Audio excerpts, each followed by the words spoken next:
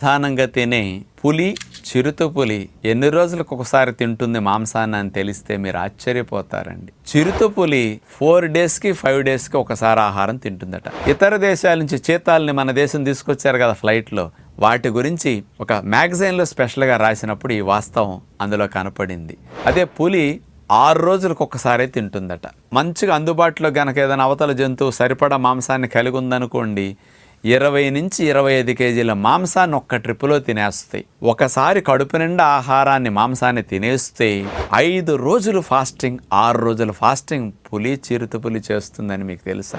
మనమా ఇటు లంచ్లోనూ చికెన్ తింటే రాత్రి మళ్ళీ ఫిష్. అంటే మాంసాహారం తినే జంతువు కూడా ఒకసారి మాంసం తింటే 5 రోజులు పొట్ట మార్చి దాన్ని క్లీన్ చేసుకునే ప్రయత్నం చేస్తున్నది.